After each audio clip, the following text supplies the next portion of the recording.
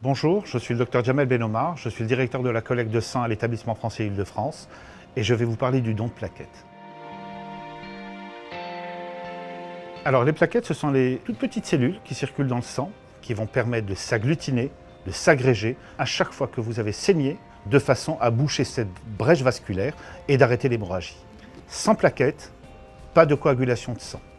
Sans plaquettes, c'est une mort assurée.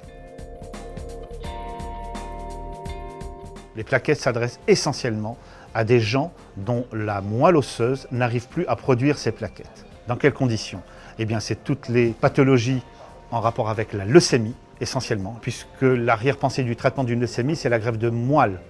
Et pour aller greffer cette moelle qui produit des cellules cancéreuses, il faut la faire taire, la tuer par la chimiothérapie et la faire coloniser par une moelle issue de donneurs bénévoles. Qui peut donner ces plaquettes? Toute personne âgée de plus de 18 ans jusqu'à l'âge de 65 ans peut donner ces plaquettes en France à la condition de peser au moins 50 kg. Bonjour, je m'appelle Yvan, j'ai 19 ans et je suis donneur de plaquettes. Je suis donneur de plaquettes parce que depuis que je peux donner mon sang, je le fais. C'est ma mère qui donne son sang depuis qu'elle aussi a 18 ans qui m'en a parlé. Et aussi parce que je suis du groupe O négatif qui est assez demandé. On peut donner ces plaquettes tous les mois. Il suffit de venir sur un site fixe. Nous ne prélevons pas des plaquettes sur une collecte mobile, puisque le prélèvement se fait sur des séparateurs de cellules.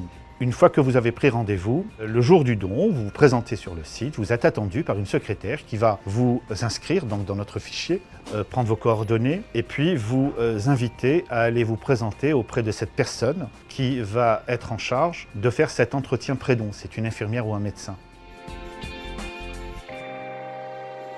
Cet entretien pré-don va permettre de faire le point sur votre état de santé actuel, sur votre passé médical, pour être sûr que vous pouvez donner vos plaquettes sans mettre en péril votre état de santé, ni celle du malade. Il y a une multitude de contre-indications médicales. Les dames qui sont enceintes, par exemple, nous ne prélevons pas des donneurs qui auraient pris des anti-agrégants plaquettaires. C'est par exemple des anti-inflammatoires ou de l'aspirine. L'aspirine, c'est 5 jours de délai au moins. L'usage de drogue par voie intraveineuse. Mais il y a aussi des contre-indications temporaires et vous ne pouvez pas donner aujourd'hui, mais vous pourriez revenir par exemple dans 15-20 jours pour pouvoir redonner parce que votre problème infectieux par exemple est passé. Une fois que cet entretien a été fait, vous êtes invité à rejoindre la salle de prélèvement, une infirmière diplômée d'État qui n'utilisera que du matériel stérile et à usage unique.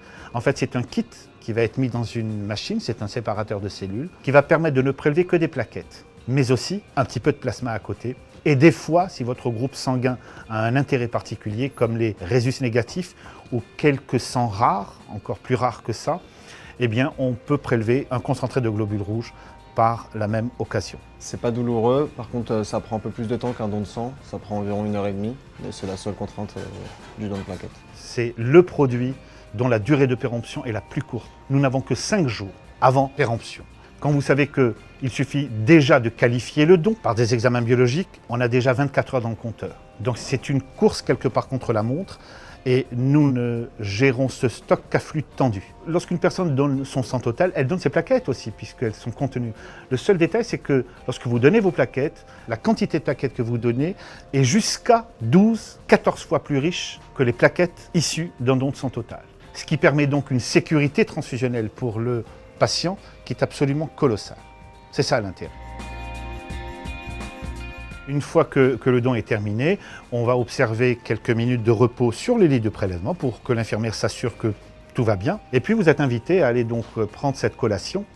Et les gens sont invités à rester au moins une vingtaine de minutes sur le site pour être sûr que tout va bien. L'hydratation est absolument capitale. Il faut boire au moins un demi-litre d'eau avant le don de plaquettes et au moins un demi-litre d'eau après le don de plaquettes. Les équipes sont formées, sont sensibilisées à cela de façon à vous solliciter à boire.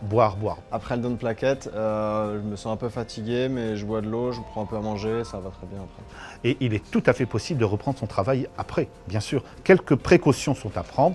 Ne pas faire de saut en élastique immédiatement après, de piloter un hélicoptère ou faire de la plongée sous-marine. En fait, ne pas faire d'activité sportive au moins 24 heures après un don. C'est un don qui est un petit peu plus long, mais dans tous les sites fixes en France, en tout cas à Paris, vous êtes bichonné, vous êtes choyé, il y a de la lecture, vous pouvez écouter de la musique, visionner un film, et on a une filmothèque assez importante et très intéressante que je vous invite à venir découvrir.